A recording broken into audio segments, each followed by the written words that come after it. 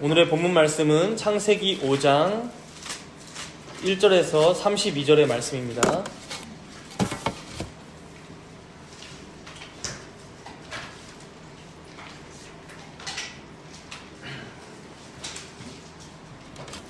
창세기 5장 1절에서 32절까지의 말씀인데 제가 봉독은 24절까지 1절에서 24절까지 봉독하도록 하겠습니다.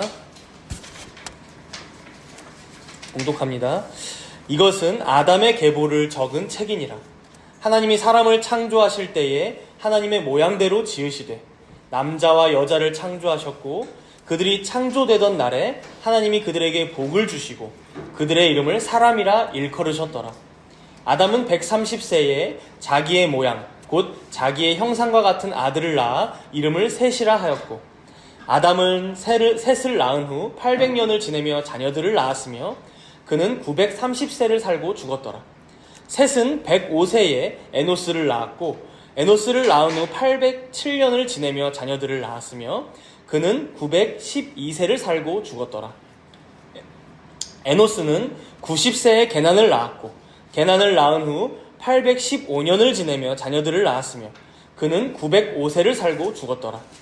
게난은 70세에 마할랄레를 낳았고 마할랄레를 낳은 후 840년을 지내며 자녀들을 낳았으며 그는 910세를 살고 죽었더라. 마할랄렐은 65세에 야렛을 낳았고 야렛을 낳은 후 830년을 지내며 자녀를 낳았으며 그는 895세를 살고 죽었더라. 야렛은 162세에 에녹을 낳았고 에녹을 낳은 후 800년을 지내며 자녀를 낳았으며 그는 962세를 살고 죽었더라. 에녹은 65세에 무두셀라를 낳았고 무두셀라를 낳은 후 300년을 하나님과 동행하며 자녀들을 낳았으며 그는 365세를 살았더라. 에녹이 하나님과 동행하더니 하나님이 그를 데려가심으로 세상에 있지 아니하였더라. 아멘. 오늘 본문의 내용은 아담의 계보, 특별히 그 중에서도 우리가 셋의 계보라고 말할 수 있습니다. 지난주에 우리가 창세기 4장 내용을 통해서도 봤지만 창세기 4장에는 가인과 그 자손들, 가인의 계보에 대해서 봤었죠. 가인도 아담의 아들이기 때문에 사실 아담의 계보입니다, 먼저는. 그러나 가인으로 이어지는 계보를 봤었다면 오늘 말씀은 그 가인의 계보의 대조를 이루고 있는 아담과 셋의 계보가 나오는 말씀입니다. 여기 5장에 나오는 이 아담의 계보를 한번 보시면 총 이제 32절까지 총 몇 대까지 나오고 있을까요? 여러분들 한번 세어보십시오. 몇 대까지 나오고 있는지. 그 사람들 이름에 그 대수가 시작하는 대에다가 동그라미 정도 쳐놓으면 알아보기가 쉽습니다. 여러분. 총 몇 대가 나오죠? 네, 총 10대손, 그러니까 10대손이 나옵니다. 그래서 4절에 아담, 그렇죠? 6절에 셋, 9절에 에노스, 12절에 게남,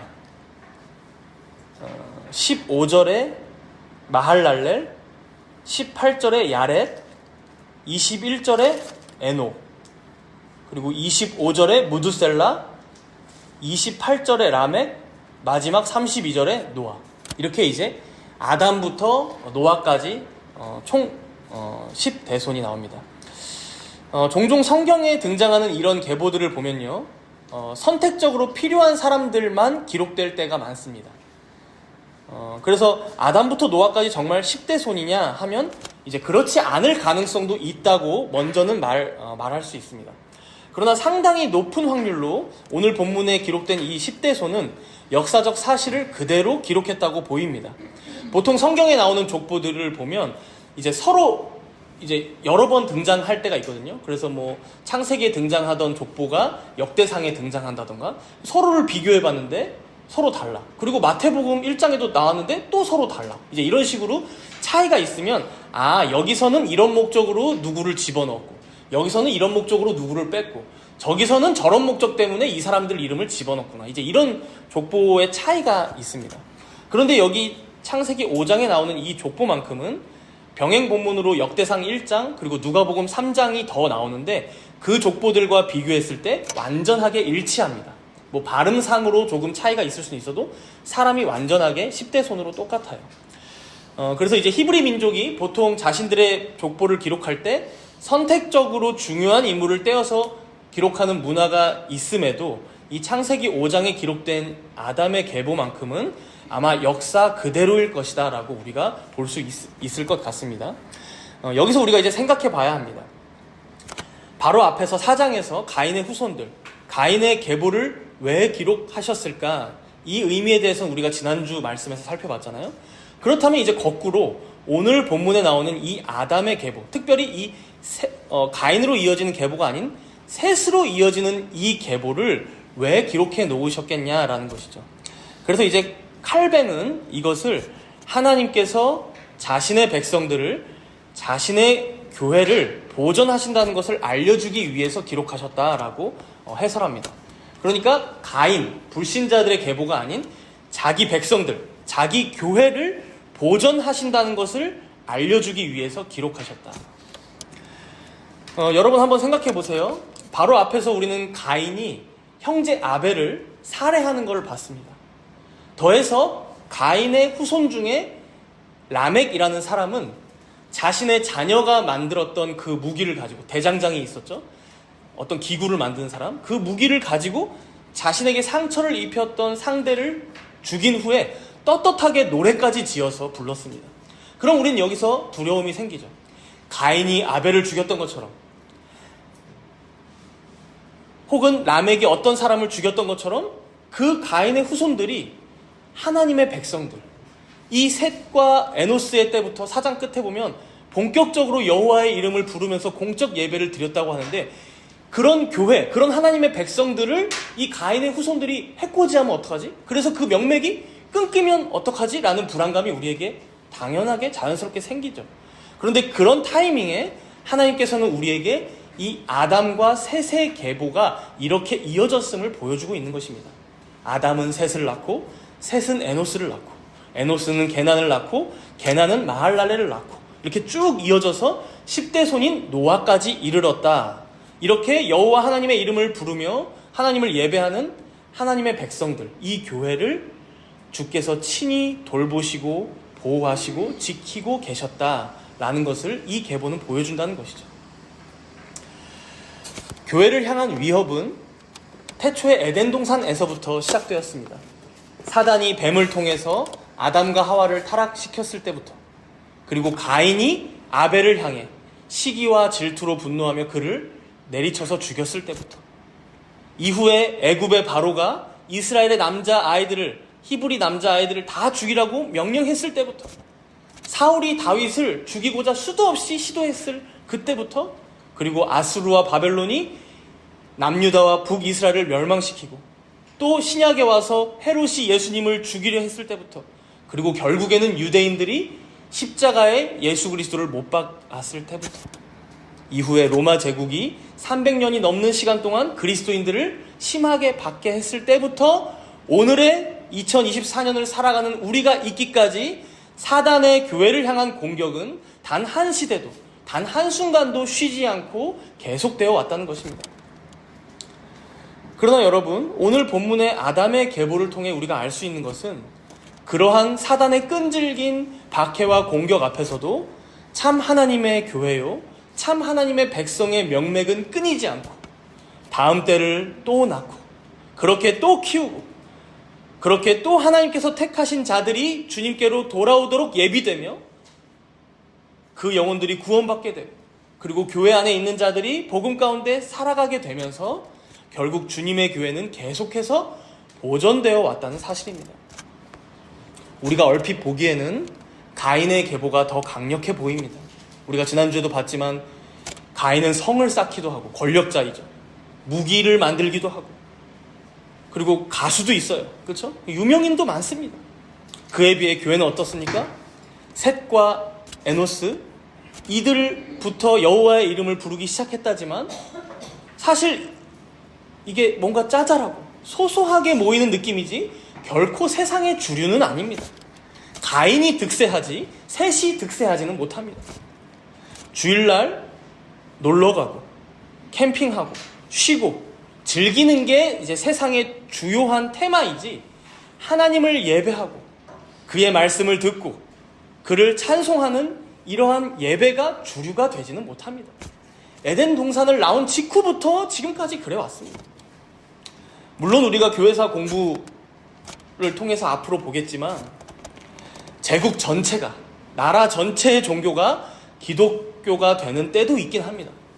그러나 그것마저도 곧바로 타락과 변질의 도구로 전락해버리는 게 죄인인 우리들의 모습이지, 진정으로 하나님을 찾고 그 앞에서 겸손히 예배하고 그렇게 교회의 거룩성과 경건성을 유지하고, 이게 쉽지 않다는 것입니다. 결국 참된 교회는 항상 소수입니다. 소수. 세상의 메인 스피커는 권력자이지 교회가 아니라는 것이죠. 뉴스를 틀면 정치인들의 뉴스, 연예인들의 뉴스가 나오지 복음이 전파될 일은 거의 없다는 것입니다. 그러나 우리가 이것으로 불안해해서는 안 된다는 것입니다. 이상히 여겨서도 안 됩니다. 오늘 본문의 아담의 계보는 그 화려했던 가인의 계보 뒤편에 등장합니다. 세상의 화려한 권세자들이 권력과 인기를 잡는 그 뒷면에 보이지 않는 곳에서 소수의 사람들을 통해 자신의 이름을 보존시키시고 신앙을 고백하게 하시며 그렇게 자신의 교회를 존속시키신다는 사실입니다. 그렇게 여러분, 우리가 요즘 주위를 둘러보면 이러다 다 교회 없어지는 거 아니야? 이러다 우리 때에 교회 출석하는 사람들 다 없어지는 거 아니야? 우리 자녀들은 나중에 10년 뒤, 20년 뒤 되면 교회 다닐 곳도 마땅히 없어지는 거 아니야? 혹은 다다음 때에 우리 손자, 손녀 때는 한국 교회가 유럽의 교회들처럼 되는 거 아니야? 물론 그 걱정대로 될 가능성이 아주 높습니다.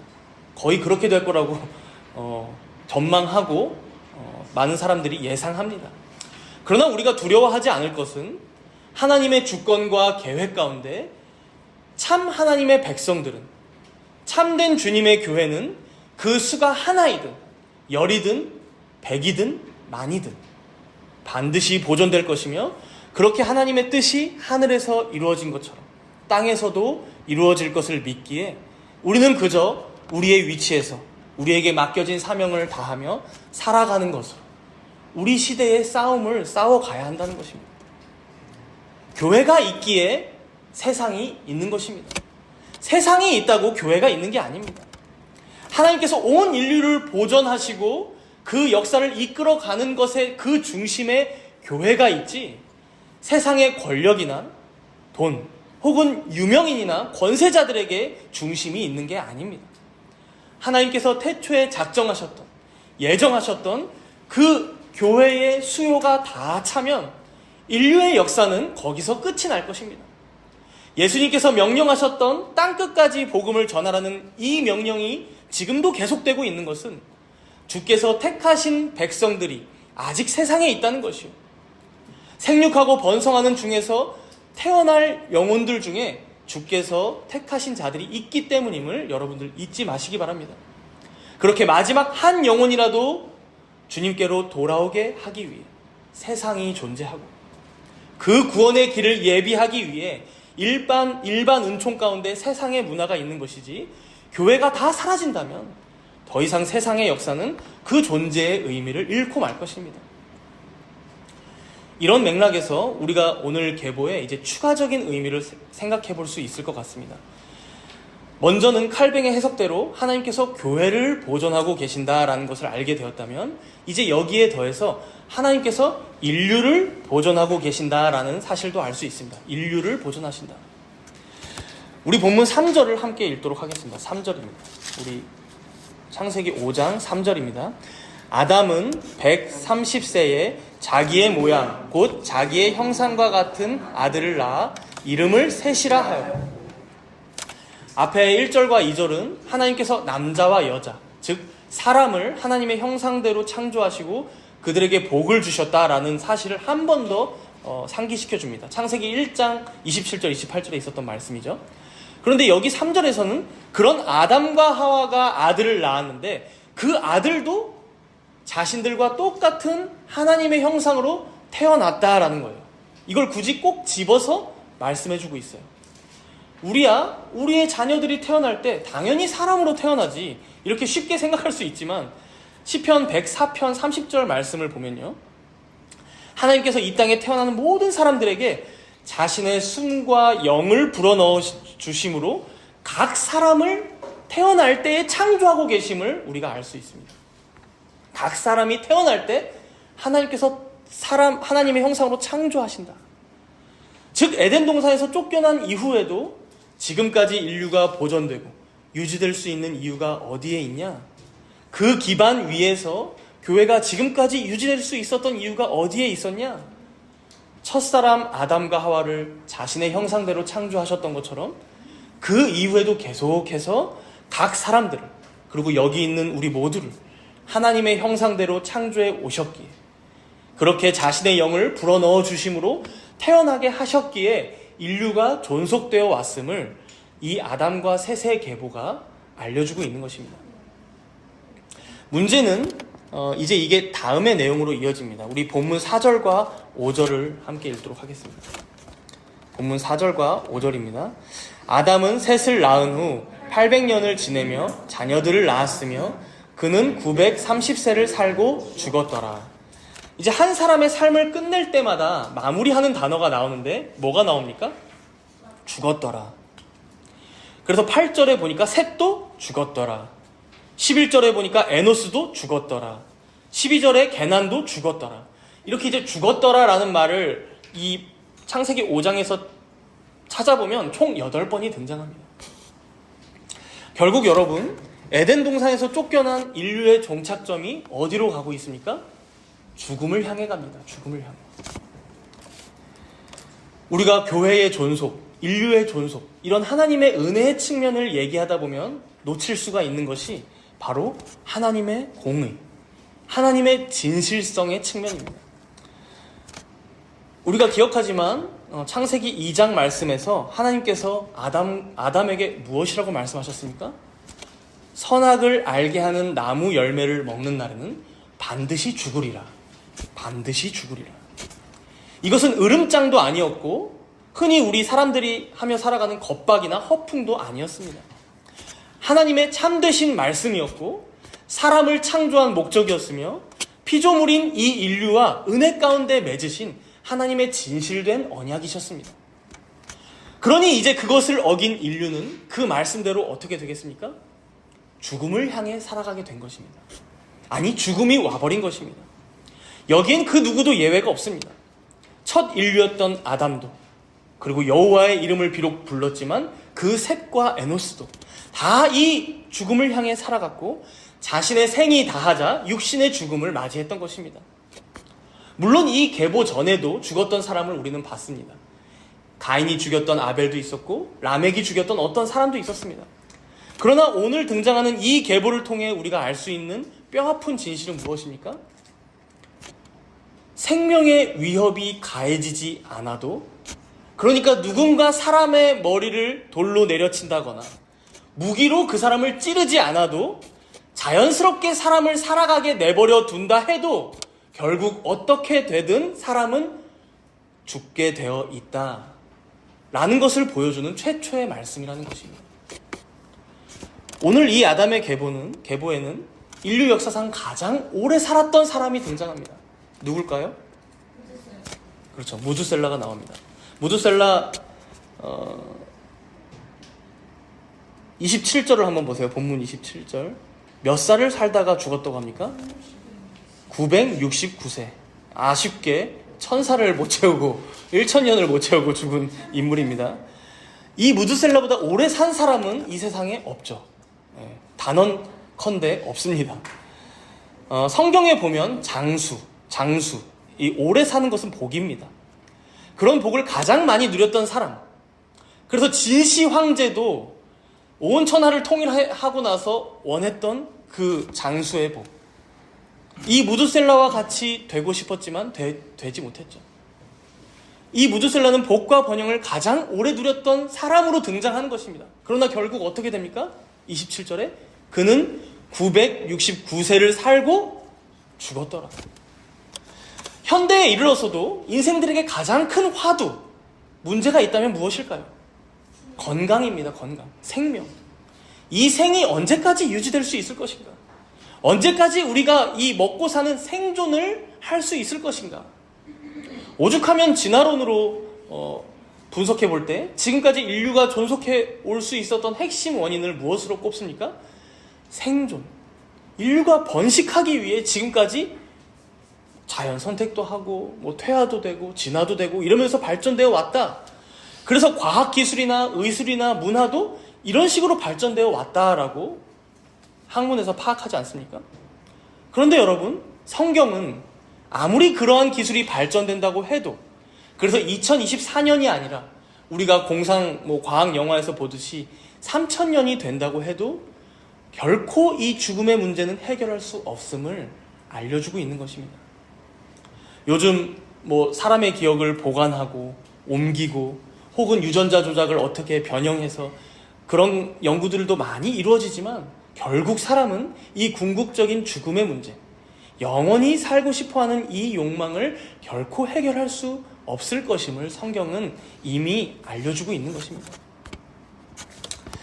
옛날 고대 로마 제국에서는요, 어떤 장수가 전쟁에서 승리하고 돌아오면 우리 봤잖아요. 포로 로마노, 로마의 광장.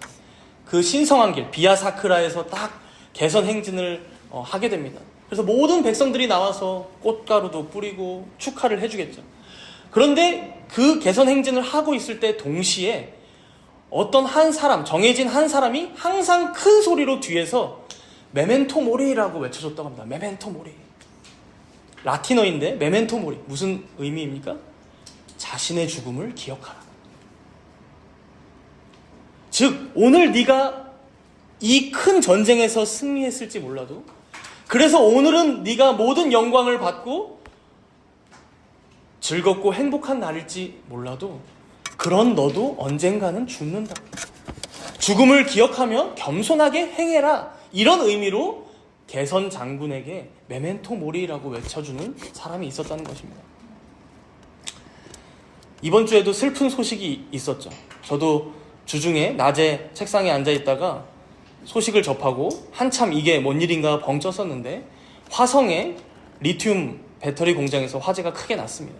처음에는 20여 명이 실종됐다 라길래 어떻게 구조가 가능한 것인가 이제 보고 있었는데, 다 지나고서 이제 정리된 거 보니까 총 23명이 죽고 7명 정도는 이제 경중상으로 병원에 입원해서 치료 중이라고 합니다. 여러분, 지금도 세상에서 끊임없이 일어나는 이런 사고나 재난들을 통해 인생들은 무엇을 알게 됩니까? 메멘토 모리, 자신의 죽음을 생각하게 됩니다. 혹은 주변의 소중한 사람들의 죽음도 한 번쯤은 생각하게 됩니다. 어제까지 함께 밥을 먹었던 친구의 죽음, 가족 중에 어떤 누군가의 슬픈 죽음이 될 수도 있고, 감사하게도 은혜 가운데 지금은 함께 있지만 우리 주변의 인생들도, 그리고 나마저도 언제고 불시에 이 생을 마감할지 모른다는 것을 우리는 알게 됩니다. 그렇다면 사랑하는 여러분, 우리가 이 죽음을 기억하며 산다면 어떻게 살아가야 하겠습니까? 이 생이 결코 영원하지 못하며 언제 마칠지 모르는 그러한 죽음을 향해 살아가는 생이라면 우리가 하루를 살더라도 오늘을 어떻게 살아야겠습니까? 오늘 본문이 시작되면서 5장 1절과 2절에서 괜히 사람이 하나님의 형상대로 창조되었음을 다시 한번 알려주고 있는 것이 아닙니다. 우리가 진정 하나님의 영으로 생명을 부여받고 하나님의 형상대로 창조된 인생들이라면 하루라도, 한시라도 하나님의 형상답게 그 지어진 목적대로 살아가야 마땅하다는 것입니다. 또한 그렇게 함께 창조된 우리의 주변의 사람들도 이 가치 있고 의미 있는 삶에 동참할 수 있도록 이끌어 주어야 한다는 것입니다. 그러려면 단순히 옛날처럼 나랑 함께 교회 가자 이렇게 말하는 것도 물론 좋은 전도 방법이고 해야 할 일이겠지만, 여러분들 자신이 이 세상에 미련이 제일 많은 사람인 것처럼, 혹은 마치 이 땅에서 영원히 살 것처럼 세상적인 물질에, 성공에, 혹은 부동산에, 명예에, 권세에 집착하는 모습을 주변 사람들에게 보인다면 누가 여러분이 교회 가자고 할 때 그 길을 따라 나서겠습니까? 먼저 여러분 자신이 이 죽음을 예비하며 살아가는 인생이 무엇인지, 아니 그 죽음 너머의 영원한 생을 위하여 지금부터 살아가는 신자의 그 모습, 그 복음의 기쁨을 누리는 모습이 무엇인지 그것을 보여주지 못한다면 누가 그것에 관심을 갖겠습니까? 마태복음 24장 38절에 보면요, 오늘 이 아담의 계보 마지막에 등장하는 이 노아의 때에 사람들이 어떻게 살았는지에 대해서 예수님이 묘사하시는 말씀이 나와요. 홍수 전에 노아가 방주에 들어가던 날까지 사람들이 먹고 마시고 장가들고 시집가고 있었다. 이건 단순히 먹지 말아라, 마시지 말아라, 장가도 시집도 가지 말고 기도하고 말씀만 읽어라, 이건 아닌 거 아시죠 여러분? 오로지 먹고 마시기 위해서, 오로지 장가가고 시집가고 잘 먹고 잘 살기 위해서만 살았다는 거예요. 그러나 인자의 임함은 그러한 시대 가운데 언제고 임하게 될지 모른다라고 말씀한 거예요. 여러분들은 지금의 생을 어떻게 살아가며 지내고 계십니까? 혹시 여러분 주변에서 여러분들을 보고 판단하기에 교회 다니고 예수 믿는다 하면서도 전혀 자신의 죽음에 대해서는 생각하지 않고, 혹은 주님의 재림을 사모하지도 않고 오히려 먹고 마시고 장가가고 시집가는 것에만 몰두하며 살아가는 모습을 보여주고 계시진 않냐라는 것이죠. 오늘 이 아담의 계보를 통해 우리가 기억할 것은, 모든 인류가 처한 그 비참함을 우리가 안다면, 죽음이라는 어쩔 수 없는 죄인의 종착점을 안다면, 그것을 알고 대비하는 자로서 하나님의 형상으로 지음받은 자답게 이제는 그 죽음 너머에 영원한 생을 살아가는 자로서 마땅히 하나님을 영화롭게 하고 하나님을 즐거워하는 삶을 오늘 지금 이 순간부터 살아가야 한다는 것입니다. 그리고 바로 이러한 샘플로서 오늘 말씀은 두 사람을 보여줍니다. 유일하게 이 아담과 셋의 계보 안에서 죽었더라로 마무리되지 않고 있는 사람 두 명이 있습니다. 그래서 8번이 나온 거예요. 누굴까요 여러분? 먼저는 에녹이고, 그리고 마지막으로는 노아입니다. 이제 노아는 다음 주에 홍수로 이어져서 나오지 않는 거겠죠.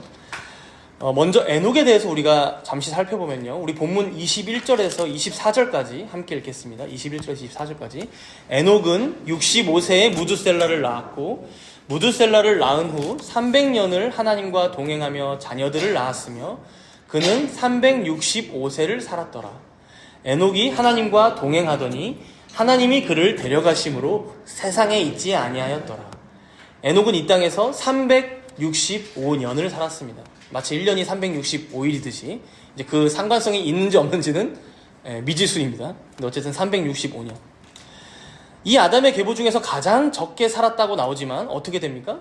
하나님과 동행하더니 하나님이 그를 데려가심으로 세상에 있지 아니하였다. 성경에 보면 죽음을 맞이하지 않고 하나님께로 간 것으로 보이는 인물 2명이 나옵니다. 여기 나오는 에녹, 그리고 또 한 명은 누굴까요 여러분?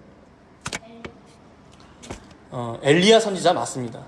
열왕기하 2장에 보면요, 엘리야가 회오리 바람 가운데 이제 엘리사, 자신의 다음 때를 이어서 선지자직을 이제 수행할 엘리사가 바라보는 가운데 불병거를 타고 하늘로 올라가는 장면이 나옵니다. 그러니까 죽음을 여러분 맞이하지 않고 하나님께서 데려갔다라는 표현이 나오는 인물 2명입니다. 에녹과 엘리야.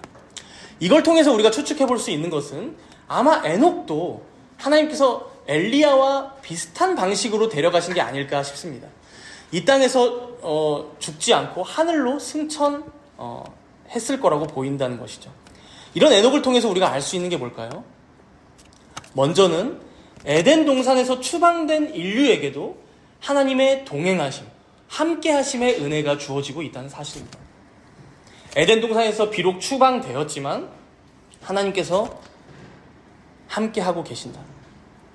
그러나 아무에게나 이 은혜가 주어지는 게 아니라 여러분, 가인의 7대 손이었던 라멕은 죄인이었고 끝까지 하나님께 대항하는 인생이었다면, 아담의 7대 손이었던 이 에녹에게는 하나님과 동행하는 은혜가 주어지고 있으며, 이렇게 하나님께서 예정하신 자에게는 이러한 은혜가 주어짐을 보여주는 것입니다. 그리고 두 번째로는 이러한 자들에게는 인생의 비극적인 결말인 죽음이 극복되고 승리될 수 있다는 것을 보여줍니다. 죽음이 극복되고 승리될 수 있다는 것. 물론 오늘 아담의 계보에서도 에녹을 제외한 다른 모든 사람들은 죽었지만, 여기 하나님의 백성으로 대표되는, 하나님과 동행하며 살았던 이 에녹을 통해서 하나님께 은혜를 입은 자들, 하나님과 동행하며 사는 자들은 설사 그 육체가 허물어지는 육신의 죽음의 날을 맞이한다 하더라도 거기서 끝이 아니라 그 이후에도 영원히 하나님과 함께 동행하며 영원히 참된 생명을 누리게 됨을 에녹을 통해 보여주고 있다는 사실입니다. 그렇다면 이제 우리가 이 에녹이 과연 하나님과 동행하는 삶이라면 무엇일까? 이제 이거를 한번 좀 추측해보면 좋을 것 같아요. 이제 여기 오늘 창세기 5장 본문에는 하나님과 동행한 에녹의 삶이 더 무엇인지가 잘 나오지 않아서 우리가 신약 성경 유다서로 한번 가보겠습니다. 요한계시록 바로 앞에 있습니다. 유다서는. 여러분, 유다서를 거의 못 보셨을 수 있어요. 왜냐하면 유다서가 이제 한 장밖에 없기 때문이에요. 그래서 아주 한 장 탁 넘기면 안 보이는 곳이라서. 유다서 신약 성경 397페이지입니다. 유다서는 1장이라고 안 하고요. 유다서 14절 15절을 보시면 됩니다. 우리 14절 15절을 함께 읽도록 하겠습니다. 아담의 7대 손 에녹이 이 사람들에 대하여도 예언하여 이르되, 보라, 주께서 그 수만의 거룩한 자와 함께 임하셨나니 이는 뭇사람을 심판하사 모든 경건하지 않은 자가 경건하지 않게 행한 모든 경건하지 않은 일과 또 경건하지 않은 죄인들이 주를 거슬러 한 모든 완악한 말로 말미암아 그들을 정죄하려 하심이라 하였느니라. 좀 어렵죠. 어려운데, 여러분, 아담의 7대 손이었던 에녹이 결국 뭘 하며 살았냐? 불경건한, 즉 죄인들에게 임할 하나님의 마지막 날의 심판에 대해 예언하며 살았다라는 말씀이에요. 경건하지 않은 자들에 대한 그 심판, 그 정죄가 너희들 있을 거야 라고 예언하며 인생을 살았다는 거예요.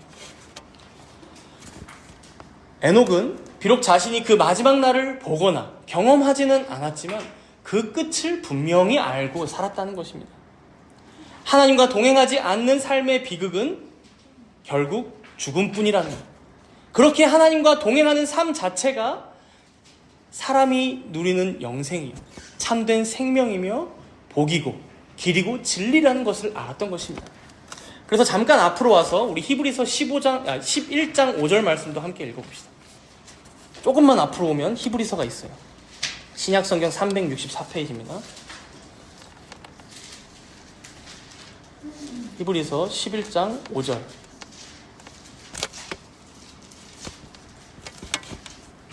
함께 읽습니다.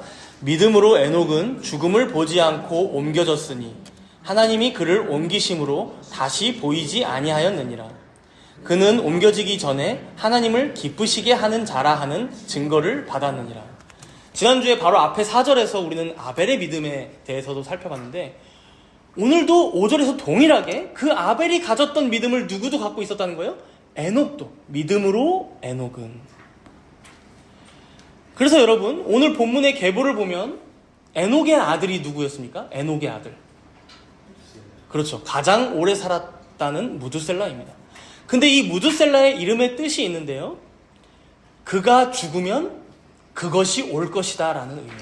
그가 죽으면 그것이 올 것이다.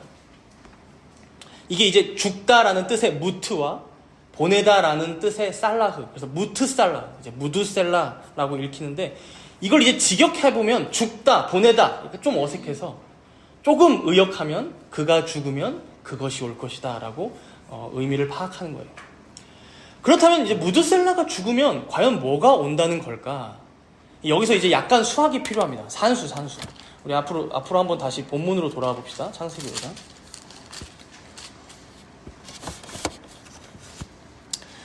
본문으로 다시 와서 창세기 5장 25절을 보면 무드셀라는 몇 살 때 지금 라멕을 낳습니까? 25절에 무드셀라는 187세에 라멕을 낳습니다. 187. 그리고 28절에 보면 그 라멕이 몇 살에 노아를 낳습니까? 182세에. 그러면 이걸 합치면 무드셀라가 369살에 노아가 태어납니다. 362개 합치니까, 그렇죠? 무드셀라 369살에 손자 노아가 태어난 거예요. 그럼 이제 노아가 몇 살 때 홍수 심판이 임했을까요? 우리가 좀 뒤로 가서 창세기 7장 6절을 보면요. 홍수가 땅에 있을 때에 노아가 몇 살입니까? 600세라. 600살에 노아 600살에 홍수가 임한 거예요. 그럼 이거 합쳐보세요. 노아가 태어날 때 무드셀라는 369세. 그리고 노아가 600살이 될 때 홍수 심판이 임했어요. 무드셀라는 몇 살이었습니까? 969세. 그래서 여러분, 무드셀라가 딱 죽던 해에 노아의 홍수 심판이 그 땅 가운데 임했다는 거예요. 무드셀라의 이름의 뜻이 뭡니까? 그가 죽으면 그것이 올 것이다. 여기서 그것은 심판, 홍수 심판을 의미한다는 것이죠. 그래서 여러분, 에녹은 이미 자신의 아들의 이름을 지어줄 때 하나님께서 이 땅 가운데 죄악이 관영해지고 있는 것을 보시고 심판을 내리실 것을 믿고 노아보다 이전부터 심판을 전하고 다녔다는 것입니다. 유다서 13절, 14절, 15절의 말씀처럼 하나님과 동행해야 사는 것이다. 저기 가인의 7대손 라멕처럼 죄 짓고도 떳떳하게 사는 게 아니라 아담의 7대손인 나처럼, 셋의 6대손인 나처럼 먼저는 내가 죄인임을 알고 그 앞에서 중보자를 사모하고 그렇게 하나님 앞에서 회개함으로 믿음으로 하나님과 동행하고 하나님의 말씀을 듣고 순종하는 삶을 살아야 한다. 이걸 노아보다 이전부터 전하고 다녔던 사람이 바로 에녹이었다는 것입니다. 그래서 여러분, 본문 22절을 한번 보세요. 본문 22절을 보면 에녹이 언제부터 지금 하나님과 동행했다고 말씀합니까? 무드셀라를 낳은 후 300년을 하나님과 동행하며 자녀들을 낳았다.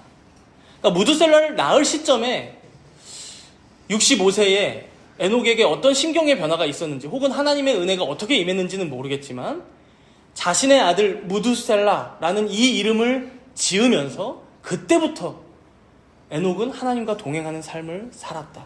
즉 무드셀라가 죽을 때에 하나님의 심판이 임할 것을, 그렇게 우리 인류의 타락과 죄악과 죽음과 비참함을 깨닫고 회개하고 믿음으로 살아야 함을 알게 되었다는 것이죠. 여러분, 우리는 이 에녹의 말씀 앞에서 지금 우리의 삶은 어떠한지 되돌아봐야 할 것입니다. 에녹은 그 진리를 믿은 때부터 무드셀라라는 이 아들이 죽으면 그 심판이 올 것이라는 그 하나님의 말씀을 온전히 믿고 그와 동행하는 삶을 살기 시작했습니다. 그와 비교할 때 우리는 어떻습니까? 물론 하나님의 택하심은 우리가 죄인이었을 때부터 있었습니다. 그러나 그것을 모르는 때에는 우리가 하나님을 거부하고 그에게 대항하며 살았을지는 몰라도 이제는 우리가 그 하나님의 말씀을 알고 우리를 구원하신 구주 예수를 믿는다면 이제 우리의 남은 생을 어떻게 살아야 마땅하겠냐라는 것입니다. 베드로후서 3장의 말씀을 보면 죄인들은 끝까지 자기의 정욕을 따라 행하면서 주께서 강림하신다는 약속이 어디 있냐고 반문하면서 주의 교회들을 핍박할 것이라고 말씀합니다. 오늘 우리 시편 찬송 불렀을 때 시편 42편 3절에도 사람들이 종일 내게 하는 말이 네 하나님이 어디 있느냐 하오니 내가 주야로 눈물을 흘렸다라고 고백하지 않습니까? 이러한 다윗과 사도의 증언대로 로마 제국이 그렇게 그리스도인들을 핍박했고 역사 속에서 수많은 이들이 그러했고 그리고 지금도 우리 주변의 많은 이들이 우리들에게 어떻게 그런 성경에 허황된 거짓말, 그런 말도 안 되는 허풍을 믿고 살아가냐고 여러분들에게 언제고 물을지 모릅니다. 그러나 베드로 사도는 베드로서 3장 9절에서 이렇게 말씀합니다. 주의 약속은 어떤 이들이 더디다고 생각하는 것 같이 더딘 것이 아니라 오직 주께서는 너희를 대하여 오래 참으사 아무도 멸망하지 아니하고 다 회개하기에 이르기를 원하시느니라. 세상이 눈에 보이지 않는 것은 믿지 말아야 한다라고 말할 때 우리들의 마음도 흔들릴 때가 많습니다.